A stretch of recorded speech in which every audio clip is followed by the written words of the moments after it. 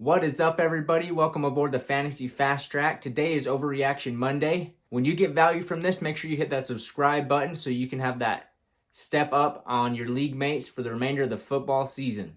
I know you are reeling from the events that happened in this week one of the fantasy football season, so let's get into it. Overreaction number one, which is the news that is shaking everybody right now, is J.K. Dobbins has torn his Achilles. And what do we do with the Ravens backfield? So, in the game yesterday, the Ravens played Justice Hill and Gus Edwards pretty much the exact same amount as far as touches go. Justice Hill had 8 touches. Gus Edwards had 8 touches. But Justice Hill did get 2 touchdowns. Now that might push up his fantasy value, and if you look on Sleeper, you can see that he is getting picked up on waivers more than Gus Edwards. But really, the case is you should just kind of pick them up both as depth options because they really only got rush attempts and they didn't get a single target. Neither one of them did the whole entire game. And none of them were swapping in and out for J.K. Dobbins. J.K. Dobbins was getting all the work up until his injury, and he was put out.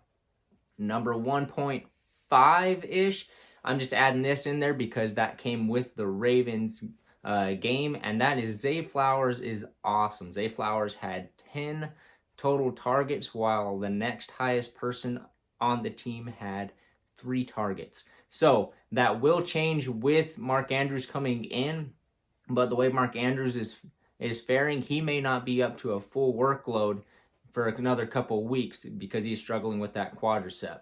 Number 2, what is going on with the Eagles running backs? We were picking up DeAndre Swift and Rashad Penny and Kenneth Gainwell in the drafts, and lo and behold, Kenneth Gainwell is the workhorse back for the Eagles. He had 14 carries, 4 targets, while the next best running back had 1 rush and 1 target. So keep Kenneth Gainwell and really pay attention because with Rashad Penny, he didn't even get a helmet this week. He didn't even play. So you can drop him and then I guess keep DeAndre Swift in your back pocket for a couple more weeks and see what happens. This is a big news because you really don't want to be holding that bench spot with a running back that is pretty much worthless to you. Number 3 on the list is Ryan Tannehill. Ryan Tannehill is stressing me out, and I'm worried that he may be out the door in the near future. So he had 16 for 34 pass attempts. He had 198 passing yards, and he had 3 interceptions, and he looked terrible.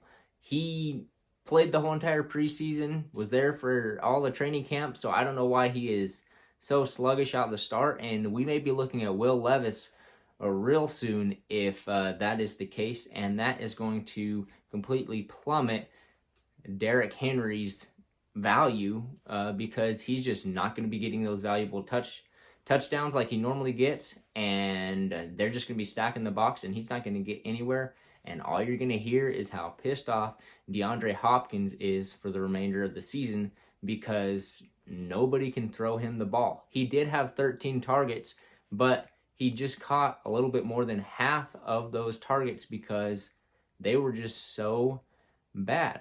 So keep an eye on that. Number 4, DJ Moore is non-existent in the Bears offense. Now, he had 2 targets while Justin Fields had 37 pass attempts. So I don't know what is going on there. Maybe it is just a chemistry thing, or maybe DJ Moore is somebody you really need to keep an eye on. He had running backs that were getting more targets than him. He had Chase Claypool even got the same amount of targets than him, and he is just a shell of what his rookie year is, and he was on the field quite often. So there is no reason that DJ Moore should get this target total. Maybe we'll get a squeaky wheel game next week, but if not, he may be somebody you might be looking to put in on the bench or hopefully not be kicking to the waiver wire in a couple of weeks. Number 5 is turning into a fantasy darling, and that is Puka Nacua. He is the wide receiver for the Rams, and he had 15 targets this last week. He had 10 receptions. He had 119 receiving yards, and he is definitely somebody you should be picking up as one of your top waiver priorities, especially in a PPR league, because it looks like he's going to be taking Cooper Kupp's place this upcoming few weeks, and he may even be a solid wide receiver 2 option for you. Thank you guys for watching. This is my Overreaction Monday. Who were your overreactions? Let's see them in the comments below. Make sure you subscribe so you can see the waiver wire video tomorrow and know who you should be picking up on Wednesday.